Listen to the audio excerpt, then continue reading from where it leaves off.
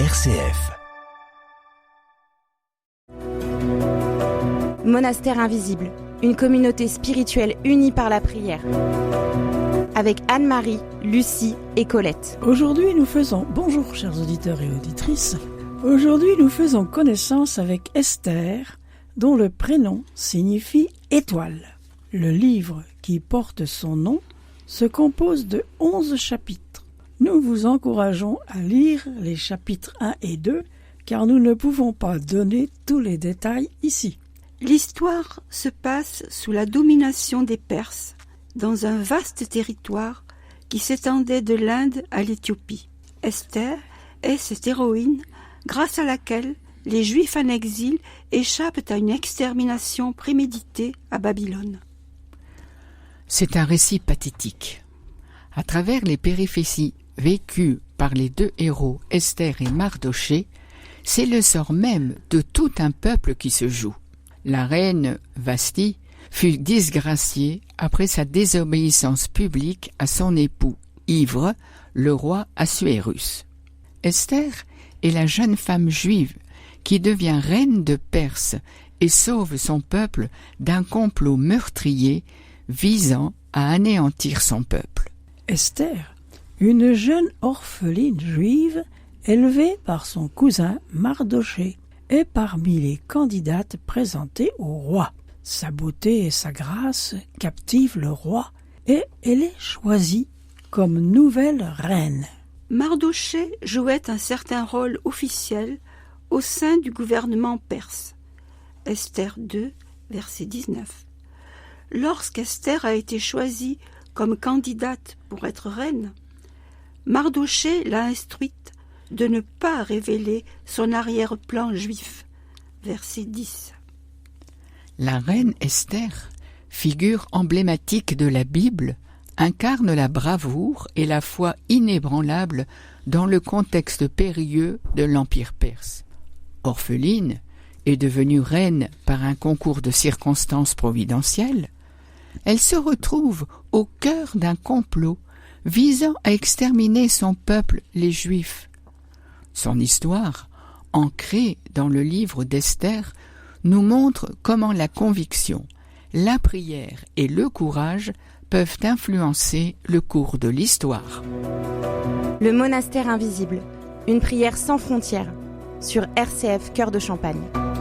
L'histoire de la reine Esther est une source d'inspiration, montrant que la foi, le courage et l'intercession peuvent renverser des situations désespérées. Elle est célébrée chaque année lors de la fête juive de Pourim, commémorant la délivrance spectaculaire du peuple juif grâce à la bravoure d'Esther. Cette histoire rappelle la puissance de l'action individuelle guidée par la foi et le dévouement à Dieu, et le potentiel de chacun de favoriser le changement et la justice au sein de la société. Nous pouvons nous poser la question pour nous-mêmes aujourd'hui. Est-ce que mon action individuelle, guidée par ma foi, favorise le changement et la justice au sein de la société? La foi et le courage d'Esther attestent de sa confiance en le Dieu vivant. Sa vie nous montre que Dieu est souverain sur toute sa création et qu'il agit dans tous les domaines de la vie pour faire contribuer les circonstances, les choix des hommes et les politiques gouvernementales à l'accomplissement de ses desseins.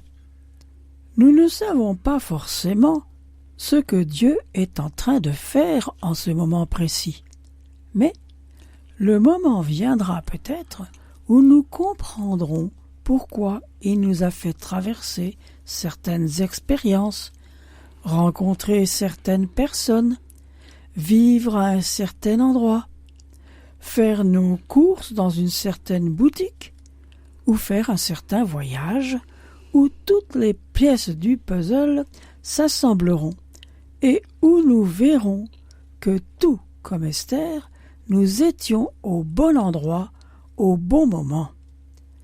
Esther est entrée au harem du roi, devenue reine. Puis elle a été fortifiée et préparée à intercéder pour son peuple, pour une circonstance telle que celle-ci. Dans Esther, chapitre 4, verset 14, elle a obéi fidèlement. Elle avait confiance en Dieu et elle l'a servi humblement, quel que soit le prix à payer. Le monastère invisible, l'Église dans nos cœurs, sur RCF Cœur de Champagne. Croyons-nous que Dieu est vraiment le souverain de toute sa création, qu'il agit dans tous les domaines de notre vie? Son histoire nous rappelle la promesse de Dieu en Romains 8, verset 28. Je le cite, « Du reste, nous savons que tout contribue au bien de ceux qui aiment Dieu, de ceux qui sont appelés conformément à son plan. » Le livre d'Esther met en valeur l'importance de la providence dans la vie d'un individu et d'une nation. Prions. Pour les dirigeants des nations, qu'ils cherchent toujours le bien de leurs concitoyens. En ce mois de novembre, prions pour les familles en deuil. Que le Seigneur leur donne la paix. Pour toutes les femmes du monde, pour qu'à l'exemple d'Esther, elles intercèdent pour leur peuple. Pour les orphelins et orphelines, qu'ils trouvent des familles qui les accueillent. Et prions aussi dans notre diocèse pour l'évêque que nous attendons. Nous pourrons écouter le chant « J'ai confiance en toi » de Emmanuel. J'ai confiance en toi, ô mon Dieu, jamais tu ne m'abandonneras.